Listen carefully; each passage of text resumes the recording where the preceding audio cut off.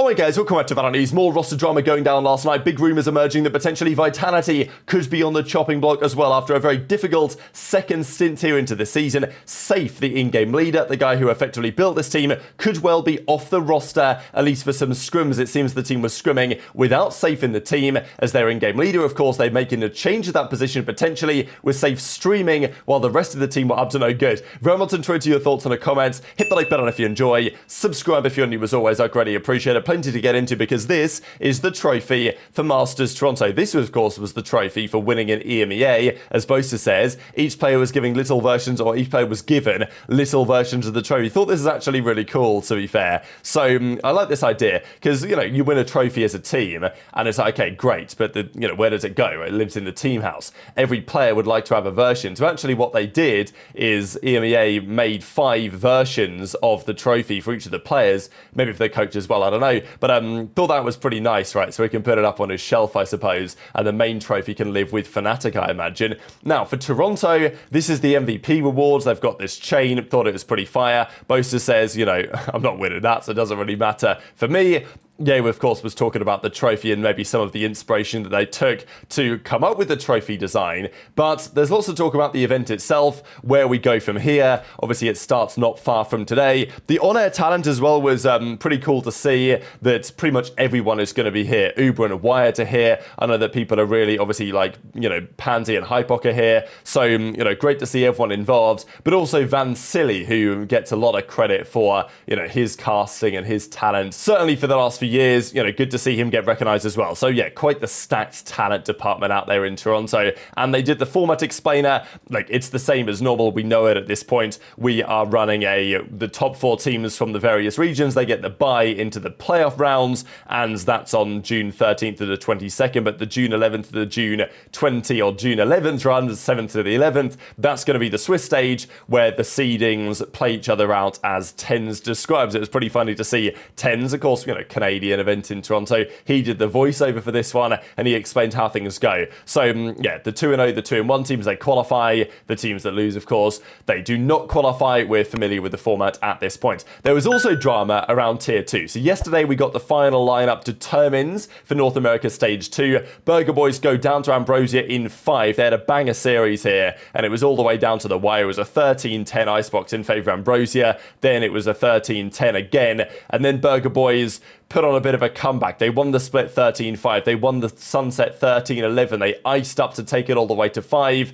But then in the end, when it mattered, Ambrosia clutched up. They dominated the first half and they won it 13-6. So yeah, banger of a series. And the grand finals will therefore be Envy versus Ambrosia. Do they already play in the bracket so far? No, they didn't. But yeah, Ambrosia lost to Burger Boys in the first round and they've made the run all the way through losers, taken down Chet's Pets, Winthrop, YFP, Burger Boys again, and now they get the opportunity to play Ambrosia in the final, to play Envy in the finals. So yeah, this is going to be a big game, 10 hours roughly until this all gets underway. But the big Tier 2 drama was actually coming around from Leo Farrier. So Leo Farrier made a comment on the Reddit, and this is what he had to say. We are cooking something for 2027 and beyond that will help attract investment and increase the stakes of challenges. I think you'll all dig it. We'll start talking about it relatively soon. So we know that, of course, Tier 2 has been a massive mess. All the teams are leaving. Nobody's happy with the state of things.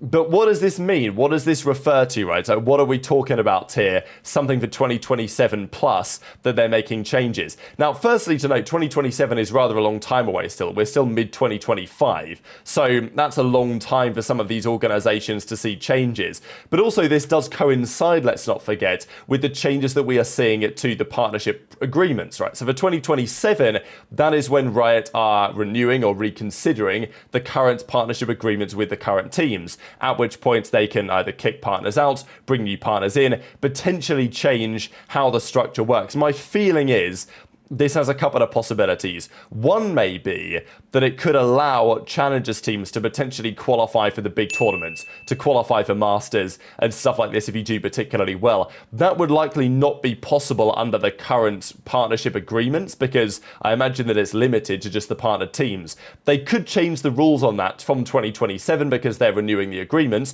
so that might be why this might take some time to execute. The other possibility is that they could, well, as far carrier said, increase the stakes. Now, does he mean anything by increase the stakes?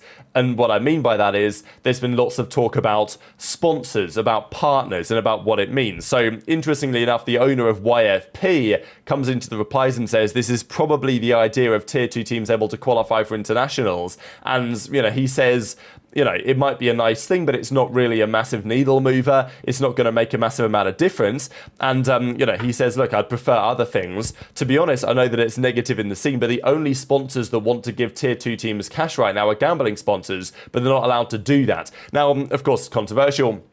And, you see this across all sorts of sports and esports, but, you are seeing increasingly in sports and esports especially, that, these partners are, for many organizations, necessary to stay in business. Whether that's reasonable or not, it of course is a matter of moral debate, but the point is that Riot do not allow these sponsors in their ecosystem right now, and it effectively makes it impossible for these teams to stay alive. Whereas in organizations like, let's say games like Counter-Strike, it's a very different story. There's also the possibility to open the circuits, right? Because right now, Valorant, even tier 2, is still closed circuit. You still compete in Valorant, like in Riot Games stuff.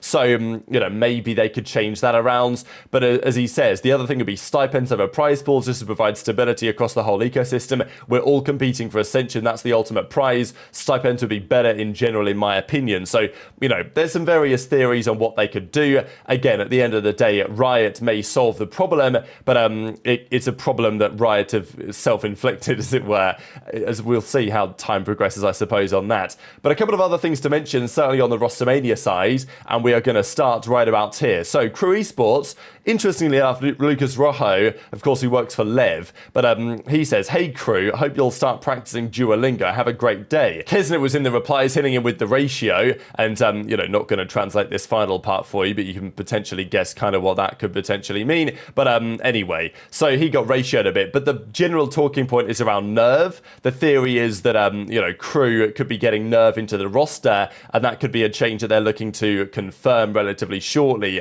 become more of an international team. Now, not already international, but you know what I'm saying anyway, across South and North America. Now, Envy 14-2'd them in scrims yesterday. So, maybe they're not going to stick with it, right? Who knows? Envy are good, don't get me wrong, and they're difficult to beat for sure, but maybe Crew would have expected a few more rounds than that in the scrim they played. The other big storyline, though, of the day is around Vitality. They've had a fascinating season so far, because this is how it goes with super teams. It typically either works spectacularly or they explode. And the thing is for Vitality is that they've kind of done both. At the start of the season, it kind of worked, and it was at times pretty spectacular.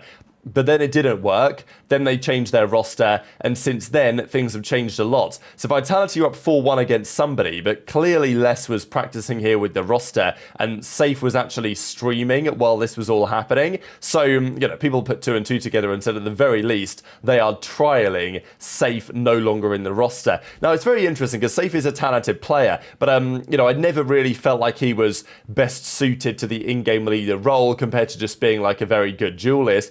And, this is sometimes how it goes. You see this across all sorts of esports. This is a very common trend. But Sayf effectively put this roster together on some level, which is why I'm kind of surprised, even with the difficulties that they've recently suffered from, that he is, the one to potentially be going from the roster. But, their season has been very interesting. As I say, they started very well back in, they of course qualified for Masters Bangkok. They won their own region, the EMEA kickoff at the start of the season over Liquid in the finals. They then turned up to Bangkok. They did pretty well. They got through to the playoffs, and then they bombed out of the playoffs. But to G2 and T1, of course, who weren't bad that tournament, as you guys remember. But when they came back to Europe, things started to go awry, losing to Fnatic, losing to Heretics, losing to Na'Vi and for esports in, certainly in the playoffs. That was not what they wanted.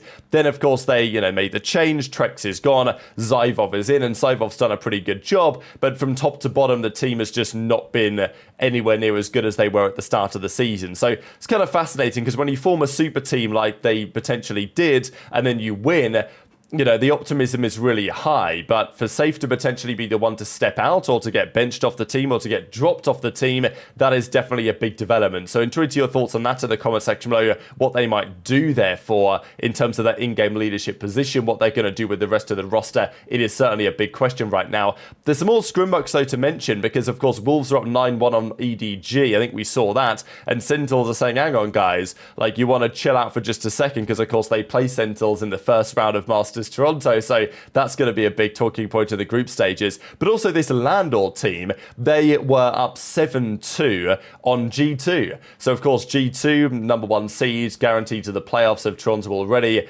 But they were grinding and they were down 7-2 to this Landor roster, and that maybe makes some of the other rosters the results because Landor seemed to have T-Dog on the team. We know, of course, that T-Dog off potentially the Cubit Academy with all the changes they've recently made. Sen are up 12-11 on them, but and you think, wow, maybe they should be beating that team more comfortably. But if that team's also up 7-2 on G2, maybe they're looking pretty good. Sen also was scrimming Cloud9. This one was 11-11 at the time, and yeah, there were some other interesting scrimbucks going down last night as well. But very much intrigued to your thoughts on all of this stuff in the comment section below. Hit the like button if you enjoyed, subscribe if you're new, take care, and I'll see you next time.